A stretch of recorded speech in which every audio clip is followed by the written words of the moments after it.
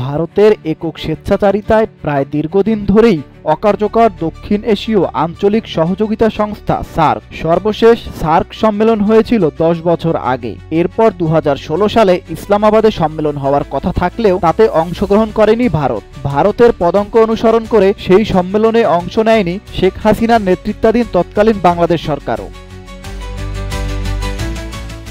এরপর থেকে সার্ককে পুনরুজ্জীবিত করতে আর কোনো গুরুত্বপূর্ণ পদক্ষেপ নেওয়া হয়নি, যদিও পাকিস্তান সম্মেলন আয়োজন করতে বেশ আগ্রহী ছিল। সম্প্রতি পেহেলগাম হামলার পর ভারত পাকিস্তানি ব্যবসায়ীদের জন্য সার্কের বিশেষ ভিসা সুবিধাও বাতিল করে, যা সার্কের ভবিষ্যৎকে আরও অনিশ্চিত করে তোলে। তারই প্রেক্ষিতে নতুন আঞ্চলিক জোট গঠনের পরিকল্পনায় একসঙ্গে কাজ করছে পাকিস্তান ও চীন। আর সম্ভাব্য এই জোটটি দক্ষিণ এশীয় আঞ্চলিক সহযোগিতা সংস্থা সার্ক এর বিকল্প হয়ে উঠতে পারে বলেই ধারণা করা হচ্ছে।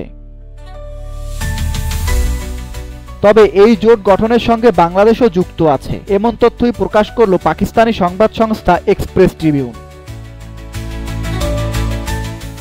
সোমবার 30 জুন সংবাদ মাধ্যমটি একটি প্রতিবেদনে জানায়, মূলত জোট গঠন উদ্যোগের অংশ হিসেবেই সম্প্রতি চীনের কুনমিং শহরে পাকিস্তান, চীন ও বাংলাদেশের মধ্যে ত্রিপাক্ষিক বৈঠক অনুষ্ঠিত হয়। বেশ কয়েকটি সূত্রের বরাত দিয়ে এক্সপ্রেস ট্রিবিউনের প্রতিবেদনে বলা হয়, ভারতকে নতুন প্রস্তাবিত এই জোটে আমন্ত্রণ জানানো হতে পারে, তবে দিল্লি এতে ইতিবাচক সাড়া দেবে না বলেই ধারণা করা হচ্ছে, কারণ ভারতের আঞ্চলিক নীতি ও স্বার্থ অন্য দেশের চেয়ে আলাদা।